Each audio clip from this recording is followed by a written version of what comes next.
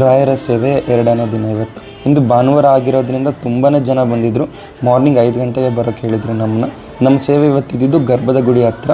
So ಅಲ್ಲಿಂದನೇ ಇವತ್ತು half day ಅಲ್ಲೇ ಸೇವೆ ಮಾಡಿ ನಂತರ ಅನ್ನಪ್ರಸಾದಕ್ಕೆ ಬಂದ್ವಿ. ಇವತ್ತು ಅನ್ನ ಸಾಂಬಾರು ಹಾಗೂ ಒಂದು ಕರಿ ಮತ್ತು ಒಂದು ಪಾಯಸ ಕೂಡ ಕೊಟ್ಟಿದ್ರು. ಸೊ ಇದೆಲ್ಲ ತೊಗೊಂಡು ಊಟ ಮಾಡಿಬಿಟ್ಟು ತಕ್ಷಣ ಹೊರಗಡೆ ಬಂದ್ವಿ. ಬಂದ ಮೇಲೆ ಒಂದು ಡ್ಯಾನ್ಸ್ ಪ್ರೋಗ್ರಾಮ್ ನಡೀತಾ ಇತ್ತು. ಮಕ್ಕಳೆಲ್ಲ ತುಂಬಾ ಚೆನ್ನಾಗಿತ್ತು. ಅವ್ರು ಡ್ಯಾನ್ಸ್ ಪ್ರೋಗ್ರಾಮ್ ಎಲ್ಲ ನೋಡಿಕೊಂಡು ಮತ್ತು ಇನ್ನೊಂದು ಸರಿ ದೇವ್ರ ಹತ್ರನೇ ಹೋಗಿ ಸೇವೆ ಮುಗಿಸಿ ಸಂಜೆ ರಥೋತ್ಸವ ಇರುತ್ತೆ. ಹಾಗಾಗಿ ಸಂಜೆ ರಥದ ಸೇವೆಗೆ ಬಂದಿದ್ವಿ. ತುಂಬಾ ಜನ ಸೇರಿರ್ತಾರೆ ರಥೋತ್ಸವ ನೋಡೋಕ್ಕೆ. ನೀವೇನಾದರೂ ಸಂಡೇ ದರ್ಶನ ಮಾಡೋ ಆಗಿದ್ದರೆ ಸಂಜೆ ಟೈಮ್ನಲ್ಲಿ ಬನ್ನಿ, ಕ್ರೌಡ್ ತುಂಬ ಕಮ್ಮಿ ಇರುತ್ತೆ. ನಂತರ ರಥೋತ್ಸವ ಕೂಡ ನೋಡಿ ಹೋಗ್ಬೋದು. ಟೈಮ್ ಕನ್ಸ್ಟೆಂಟಿಂದ ಎಲ್ಲನೂ ಒಂದೇ ವೀಡಿಯೋದಲ್ಲಿ ಹಾಕೋಕ್ಕಾಗಲ್ಲ.